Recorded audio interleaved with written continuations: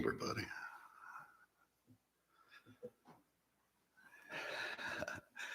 Thank you. So Numbers 13 and 14 is what we're going to look at today. It's too much to read directly, so I'm going to hit the high points, main points of these scriptures.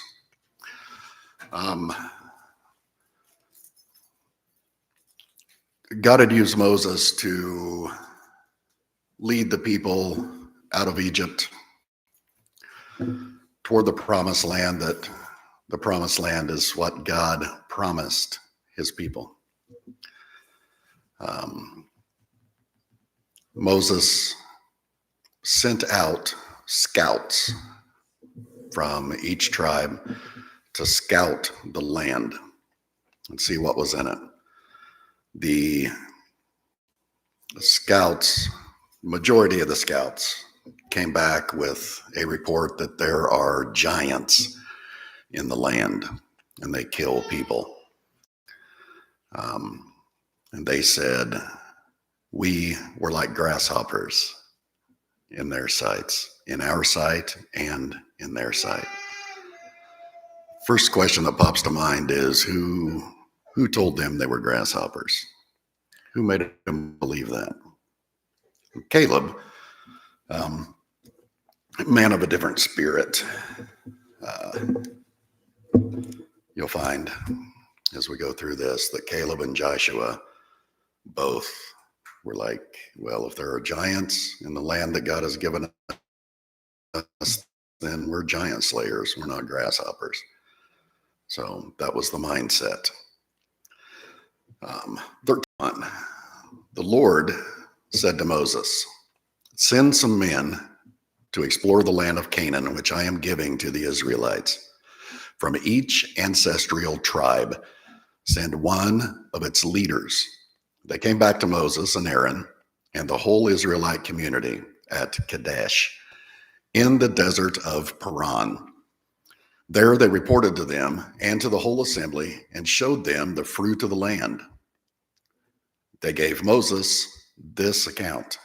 They, the ones that came out and the ones that were unfaithful. We went into the land to which you sent us, and it does flow with milk and honey, and here is its fruit. But the people who live there are powerful, and the cities are fortified and very large. We even saw descendants of Anak there. The amount gave the Hittites, Jebusites, the Amorites live in the hill country, and the Canaanites live near the sea and along the Jordan. Then Caleb silenced the people before Moses and said, we should go up and take possession of the land, for we can certainly do it. But the men who had gone up with him said, we can't attack those people. They are stronger than we are. They are spread among the Israelites. They spread among the Israelites a bad report about a land they had explored.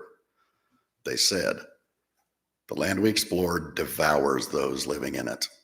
All the people we saw there are of great size.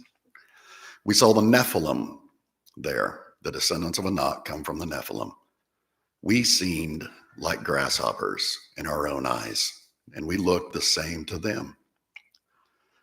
Then in 14, the people rebelled because of the report of the unfaithful. That night, all the members of the community raised their voices and wept aloud. All the Israelites grumbled against Moses and Aaron, and the whole assembly said to them, if only we had died in Egypt or in this wilderness. Why is the Lord bringing us to the land only to let us fall by the sword? Is that faith or not faith? Our wives and children will be taken as plunder. Wouldn't it be better for us to go back to Egypt? And they said to each other, we should choose a leader and go back to Egypt. Then Moses and Aaron fell face down in front of the whole Israelite assembly. Joshua, son of Nun, and Caleb, son of Jephunneh, who were among those who had explored the land, tore their clothes and said to the entire Israelite assembly, "The land we passed through and explored is exceedingly good. If the Lord is pleased with us," that's a key, "he will lead us into that land, a land flowing with milk and honey, and he'll give it to us. Only do not rebel against the Lord, and do not be afraid of the people of the land, because we will devour them. Their protection is gone, but the Lord is with us. Do not be afraid of them." Then Moses prayed for the people, even while they were against him and rebelling against God.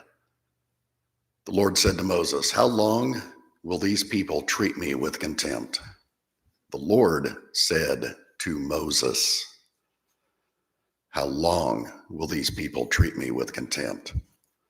How long will they refuse to believe in me, in spite of all the signs I have performed among them? I will strike them down with a plague and destroy them, but I will make you into a nation greater and stronger than they." So Moses said to the Lord, "Then the Egyptians will hear about it. By your power, you brought these people up from among them, and they will tell the inhabitants of this land about it. They have already heard that you, Lord, are with these people, and that you, Lord, have been seen face to face, that your cloud stays over them, and that you go before them in a pillar of cloud by day and a pillar of fire by night." Just think about how good God is. He had his rebellious nation there, but still, in the hot desert, during the day, he was a cloud that gave them shade. At night, when the desert gets cold and dark, he was a pillar of fire to keep them warm and lead the way. He's good. Moses continued, "If you put all these people to death, leaving none alive, the nations who have heard this report about you will say, 'The Lord is not able to bring these people into the land he promised them on oath.' So he slaughtered them in the wilderness." So this is when God made them walk the 40 years in the desert. So an entire generation would be removed before they ultimately got to live in the promised land. Only Caleb and Joshua and their descendants got to receive the land God had given them. Verse 17. "Now may the Lord's strength be displayed, just as you have declared. The Lord is slow to anger, abounding in love, and forgiving sin and rebellion. Yet he does not leave the guilty unpunished. He punishes the children for the sin of the parents to the third and fourth generation. In accordance with your great love, forgive the sin of these people, just as you have pardoned them from the time they left Egypt until now." And the Lord replied, "I have forgiven them as you asked. Nevertheless, as surely as I live and as surely as the glory of the Lord fills the whole earth, not one of those who saw my glory and the signs I performed in Egypt and in the wilderness, but who disobeyed me and tested me 10 times, not one of them will ever see the land I promised on oath to their ancestors. No one who has treated me with contempt will ever see it. But because my servant Caleb has a different spirit and follows me wholeheartedly, I will bring him into the land he went to, and his descendants will inherit it."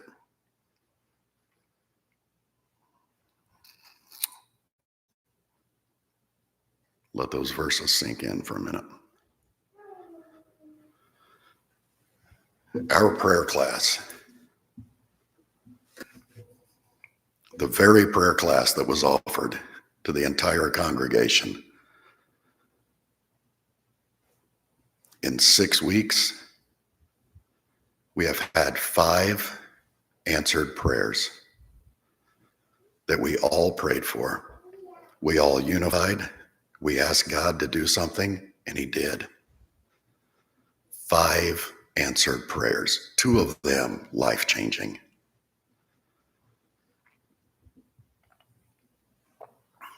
A strong breakthrough spirit was on Caleb and Joshua in Numbers 13 and 14. Moses had sent 12 spies, including Caleb and Joshua, into the promised land. 10 of them returned with bad reports. They let their mind and emotions ratchet up fear among the people. Numbers 13, 27 through 29 is where you can find that. They highlighted every difficulty the Israelites would face in conquering the land. We went to the land where you sent us. It truly does flow with milk and honey, and this is its fruit. Nevertheless, the people who dwell in the land are strong. The cities are fortified, very large. Moreover, we saw the descendants of Anak, the Amalekites, dwell in the land in the south. The Hittites, Jebusites, the Amorites dwell in the mountains. Canaanites dwell by the sea and along the banks of the Jordan. Trey, I think that's the next slide. Caleb tried his best to stem the tide of terror that was building in the camp, but to no avail. We read in verses 30 through 33, then Caleb quieted the people before Moses and said, "Let us go up at once and take possession, for we are well able to overcome it." But the men who had gone with him said, "We're not able to go up against the people. They're stronger than we are." They gave the children of Israel a bad report of the land, which they had spied out, saying, "The land through which we have gone as spies is a land that devours its inhabitants, and all the people whom we saw in it are men of great stature. There we saw giants. We were like grasshoppers in our own sight, and so we were in their sight." The next day, Joshua added his voice to Caleb's in one last attempt to convince his countrymen to step into the breakthrough that God had promised them. Numbers 14, 6 through 9. But Joshua the son of Nun and Caleb the son of Jephunneh, who were among those who had spied out the land, tore their clothes. They spoke to all the congregation of the children of Israel, saying, "The land we passed through to spy out is an exceedingly good land. If the Lord delights in us," that's a big if. If the Lord delights in us, then he will bring us into this land and give it to us. Land which flows with milk and honey. Only do not rebel against the Lord. Don't fear the people of the land, for they are our bread. And the protection has departed from them, and the Lord is with us. Do not fear them. So nothing the enemy had turned those spies into grasshoppers. Instead, they had carried that mindset with them into the promised land. We cannot carry a mindset into something new. Our mindsets have to change before the attitude in the church changes. 10 men managed to derail the plan of God, turning their friends and neighbors into grumbling, rebellious unbelievers. In their fear, they even contemplated returning to Egypt, of all things. After all, it was better in their minds to live in bondage than to die in battle. Likewise, faithless Christians believe that it simply costs too much to get free from the things that hold them back. Better to stay as I am, they think. They settle for mediocrity in their relationship with God, in their friendships, in their relationships, especially their relationship with their church. They would rather sit in bondage than pay the price to get free. They fail to realize that Jesus himself has already paid for that freedom on their behalf. They simply have to walk with him through the journey and go through the process that leads to the promised land. Joshua and Caleb manifested what God had put in them, which was courage and faith. They knew everything came down to one simple issue: if the Lord delights in us. That was the question they wrestled with. Is God pleased with us, or is he not? If he is, nothing's going to stop what he's doing. And I can answer that question for every believer. He is. He is pleased with you. He's very pleased with each and every one of us. And why? Because he only sees Jesus in us. He can't see us separated from his son, because it was him. It was he who drew us to his son. It was he who placed us in his son. So why wouldn't he be pleased with where he has placed you? Joshua knew this instinctively. He beseeched the other Israelites to stay the course, and instead, they rebelled against God, and they rebelled against the leadership that God had put in place. The Lord had no choice but to remove his hand of protection from them, leaving that rebellious generation. Them had left this earth. That's everybody except for Joshua and Caleb. Fear leads to rebellion. Faith leads to occupation of the promises God has given us. 10 spies made an entire process to the fulfillment of prophecy. Only 2 men from an entire generation inherited it. Those terrified, faithless spies, led by fear, prevented people from realizing their destiny. They stole the dreams of those people because they lived in their emotions, not in their relationship with their Lord. Joshua and Caleb had one thing in common. They both practiced a level of intimacy with God.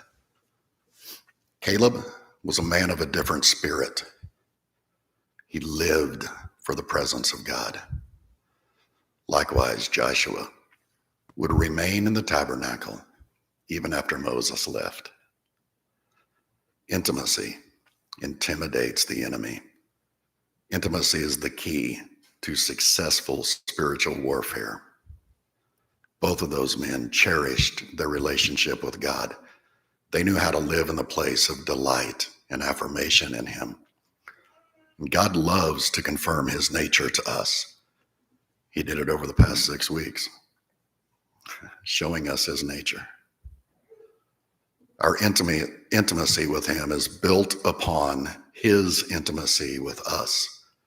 He loves to be close. He loves to declare who he is for us. His intention is always about a deeper relationship with each one of us. He is totally committed to upgrading our experience of him and to bringing us into a deeper place of rest and joy and assurance in him, and seeks to develop the capacity in us for trust and faith at higher levels. Intimacy is the key to warfare. It puts us into a place of faith before God as we lean into his majesty. All of heaven is confident and full of rejoicing about the sovereignty of Almighty God. That's Matthew 6:10. Also the Lord's Prayer, on earth as it is in heaven. That was the example of real prayer that Jesus used to mentor his disciples. Intimacy engages with God, where God rules in heaven. It is the joyful discipline of a resurrection where we are focused on the life above, not the one beneath. That's Colossians 3:1-2. Worship is focus. Worship is powerful focus. There's a discipline to worship, a retraining of our spirituality to empower us for a life of renewed focus. We are in the business of reinventing the way we live our lives before God. We are being renewed in the spirit of our minds. All discipline has the potential to be enjoyed as we learn to focus on what we are gaining, not what we are losing. Joshua and Caleb were looking forward to a fight that they knew they could not lose. They had confidence, not in themselves, but in God's personality. Intimacy breeds trust and confidence. And this intimidates the enemy. The enemy hates worship because when people fully engage in rejoicing, they become vulnerable to the Lord and immovable to the schemes of the enemy. Worship fixes our heart. Intimacy inspires a steadfast spirit. That's Psalms 57. We cannot lose when our focus is God. I chose my words carefully there. Not when our focus is on God, but when our focus is God. Rejoicing, giving of thanks inspires us to stand in the shadow of the Almighty.